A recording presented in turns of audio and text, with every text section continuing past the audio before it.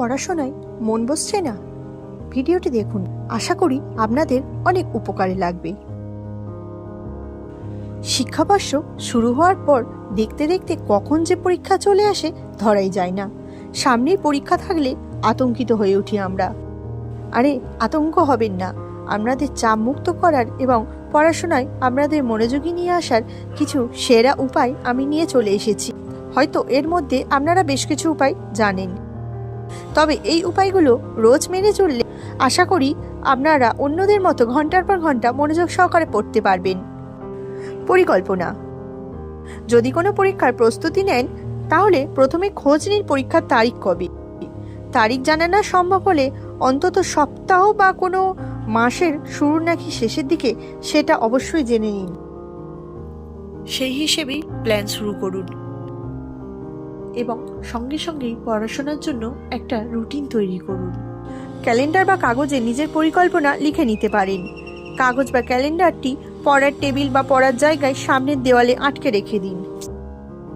পড়াশোনার জন্য একটি আরামদায়ক পরিবেশ তৈরি করুন। আরামে কিন্তু পড়াশোনা হয় না। আরামে পড়াশোনা হয় না ঠিকই, এখানে বলা হচ্ছে পরিবেশটা আরামদায়ক করার জন্য। পড়ার টেবিল বা পড়ার জায়গা যেন সবসময় পরিষ্কার পরিচ্ছন্ন থাকে। পড়াশোনা একটি শ্রদ্ধা ও ভক্তির জিনিস। কথায় আছে না, পরিষ্কার স্থান পরিষ্কার মন। যদি পরিষ্কার স্থান না হয় পড়াশোনায় মন বসানো খুব মুশকিল। তাই আগে স্থানটাকে পরিষ্কার করতে হবে, তারপরে পড়াশোনায় মন বসবে। পড়াশোনার পরিবেশ কিন্তু আরামদায়ক আর পরিষ্কার পরিচ্ছন্ন হলে প্রকাশ করা খুব সহজ হয়। পড়াশোনার টেবিলে একটা সুন্দর টবের গাছ রাখতে পারেন, সুন্দর আলোর ব্যবস্থা করতে পারেন। মনে রাখবেন এই ছোট ছোট জিনিসগুলো কিন্তু মনোযোগ আনার ক্ষেত্রে অনেক বেশি সাহায্য করে। নিয়মিত পড়ুন, নিয়মিত বিরতি নিন। নিয়মিত পড়ার সাথে শিক্ষার্থীরা নিয়মিত বিরতি নিলে স্মৃতিশক্তি ও কার্যকারিতা বৃদ্ধি পায়। মূল বিষয়টি হলো নিয়মিত প্রতিদিন পড়তে হবে। একদিন পড়াশোনা না করে আর পরের দিন 8 ঘন্টা পড়ে কোনো লাভ নেই।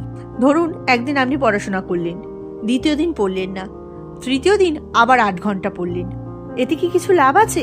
কিছুই লাভ নেই। নিয়মিত পড়ুন, সুন্দরভাবে পড়ুন, স্মৃতিশক্তি কার্যকারিতায় বৃদ্ধি পাবে। খাপছাড়া না পড়ে এর চেয়ে যদি আপনি নিয়মিত 1 ঘন্টা পড়েন সেটাই কিন্তু আপনার কাছে অনেক। প্রতিদিন 45 মিনিট পড়াশোনার পর টেবিল বা পড়ার জায়গা থেকে উঠে অন্য কোথাও যেতে পারেন। 15 মিনিটের একটা বিরতি নিন। টেবিলে বসে বিরতি নেওয়া কিন্তু উচিত নয়। যদি 30 মিনিট পরে ওঠেন তাহলে চেষ্টা করবেন 10 মিনিটের কম বিরতি নেওয়া। দরকার হলে বিরতির সময় বাড়ির বাইরে বা ছাদে যেতে পারেন, যেখানে মুক্ত বাতাস পাওয়া যাবে। এই নিয়মগুলো পালুন, দেখবেন 1 মাসের মাথায় আপনার মনোযোগ 10 গুণ বেড়ে যাবে। সোশ্যাল মিডিয়া থেকে দূরে থাকুন। ফোন ব্যবহার করতেই হবে, সবসময় চেষ্টা করবেন ভালো কাজের জন্য, ভালো জ্ঞান অর্জনের জন্য ফোনটাকে ব্যবহার করতে।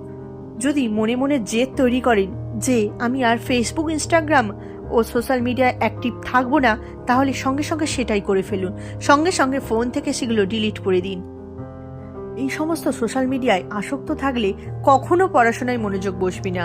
সবসময় চিন্তা করবেন কে কি কমেন্ট করলো, কে কাকে লাইক মারলো, কে ফ্রেন্ড রিকোয়েস্ট পাঠালো, ইত্যাদি নানান জিনিস, যা আপনার পড়াশোনার প্রতি কিন্তু মনোযোগটাকে নষ্ট করবে। কম্পিটিটিভ পরীক্ষার কারেন্ট অ্যাফেয়ার্সের জন্য ফেসবুক, ইনস্টাগ্রামের মতো অ্যাপ ব্যবহার না করে বিভিন্ন ওয়েবসাইট ব্যবহার করুন। আর যদি খুব সমস্যা হয় এই অ্যাপগুলোতে, তাহলে নির্দিষ্ট সময়ে টাইমার লাগিয়ে নিন। পর্যাপ্ত পরিমাণে জল পান করুন, নিয়মিত পুষ্টিকর খাবার খান।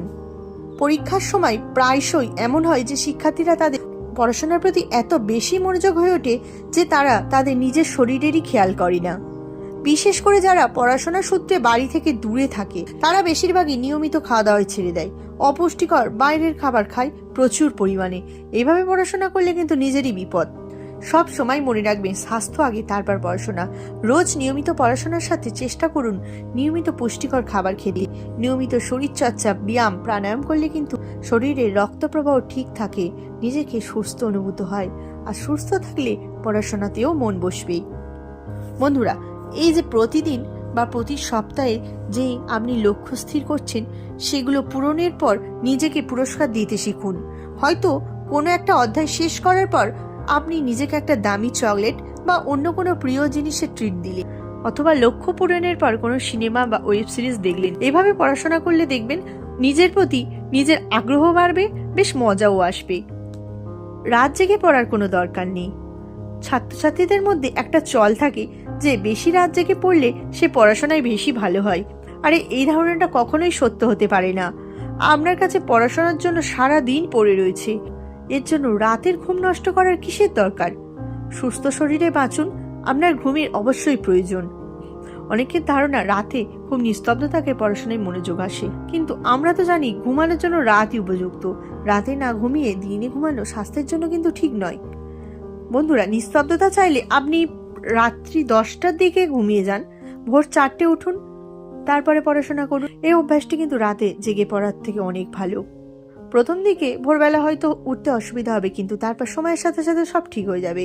আপনি নিজের মধ্যে দেখবেন একটা নতুন মানুষকে। এই উপায়গুলো আপনি যদি মেনে চলতে পারেন, তাহলে আপনারা একদিন ঠিক সফল হবেন।